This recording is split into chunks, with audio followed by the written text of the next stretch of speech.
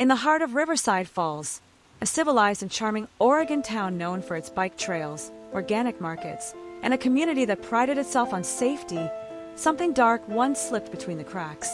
It started with a babysitter. It ended with a revelation no one saw coming. October 14th, 2013. It was a Friday night, cool and overcast. Families were cozying up with cider and movies. But in one home, at 1426 Willow Lane, something was unraveling. Chloe Marshall was 17, honor roll student, aspiring artist, and a beloved babysitter to the Whitakers' 5-year-old son, Noah. That evening, Chloe arrived at 6:02 p.m., greeted warmly by Mrs. Whitaker. She had a sketchbook in her tote bag, earbuds in her hoodie pocket, and a smile that made people trust her. The Whitakers were attending a charity gala downtown. Chloe and Noah had just finished a game of Candyland when she texted her best friend, Lily. 8:43 p.m. He finally fell asleep, LOL. This house creaks like it's alive. They exchanged a few jokes, nothing unusual. Then, at 9:07 p.m., Lily got a chilling text. There's someone upstairs. I swear I locked the door. Lily responded immediately. What? Are you serious? Should I call someone? No answer. 10 minutes passed. Then 20. Lily tried calling twice, no reply. She assumed it was a prank. When the Whitakers got home at 10:36 p.m., Chloe was gone. The front door was ajar. Noah was fast asleep upstairs, unharmed. The only clue: Chloe's phone was found on the kitchen counter, cracked and unresponsive. Her tote bag was untouched. Her sketchbook was open to a half-finished drawing of Noah. The police were called within minutes. A citywide search began the next morning. Drones swept the forest. Canines traced her scent to the edge of Crestline Park and lost it. No signs of forced entry. No fingerprints beyond the family's and Chloe's. No signs of struggle. Chloe Marshall had vanished. Detective Sarah Linwood, then 32, had just joined the Riverside Falls PD. The case consumed her.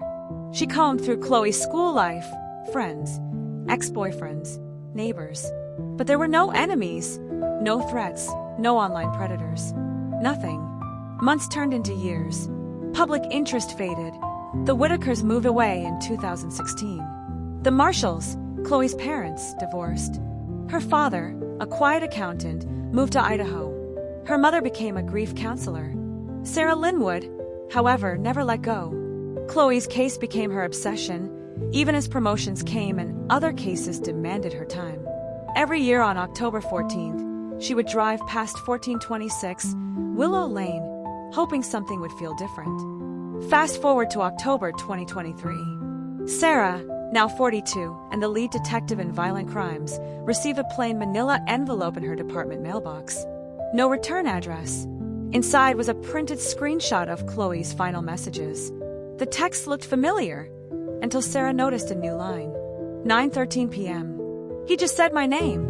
Sarah froze. This message had never been on Chloe's recovered phone. IT confirmed the message was synced from Chloe's iCloud account. The account had been dormant for 10 years and had been accessed just 2 weeks earlier from a new IP address located inside Riverside Falls. Whoever had accessed that account had either Chloe's original device or credentials. It was a digital breadcrumb, and Sarah followed it. The IP address led to an apartment registered under a fake name. Inside, Sarah found no suspect, but she did find a hard drive hidden inside a hollowed-out psychology textbook. The drive contained archived audio files, hundreds of them, all recorded from baby monitors. Each was labeled by date, some as early as 2007. One stood out, OCT 14_2013_ in WHK. She played the file. At first, static. Then Noah's breathing. Then Chloe's voice. Hello. Hello. Who's there?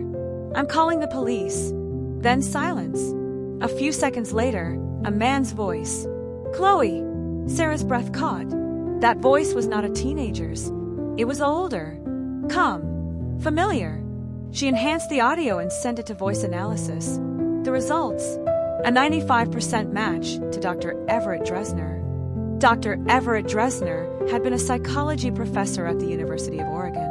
He lived 2 streets over from the Whitakers. Married. 1 son, Landon, who had been homeschooled after an incident in 2011. Landon had been known to exhibit obsessive behavior.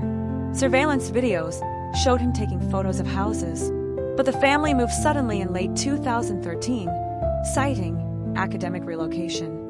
Sarah pulled out the original search records. The Dresner's attic had never been searched. It had been declared inaccessible during a routine sweep. This time, with a warrant, they entered. Behind a wall of insulation, they found a hidden crawl space. Inside was a mattress, a small camera, wires, food wrappers, drawings of Chloe, and under the floorboards, her missing sweater, with blood still visible on the collar. Dr. Dresner was arrested at a university seminar. At first, he claimed ignorance, but when confronted with the recordings and Chloe's sweater, he broke down. He confessed that Landon had developed an obsession with Chloe after seeing her with Noah at a park.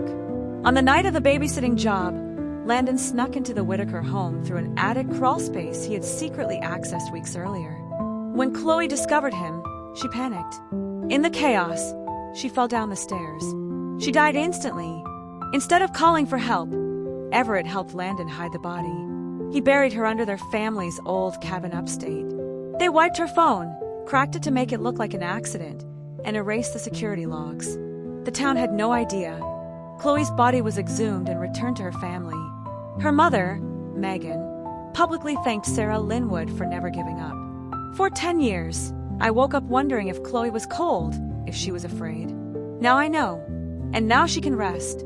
Everett Dresner was sentenced to life in prison. Landon was declared mentally unfit and placed in a high-security psychiatric facility. Riverside Falls built a memorial park in Chloe's name. Her favorite drawing, of a maple leaf and starlight, was carved into stone. Sarah Linwood left the force a year later. She started a nonprofit dedicated to cold case recovery using digital forensics. In her last public statement, she said, "It took a text message to shake a city out of silence. Justice doesn't always come with sirens. Sometimes it whispers, and sometimes we have to be willing to hear it. For the girl who was never forgotten. For the truth that refused to stay buried."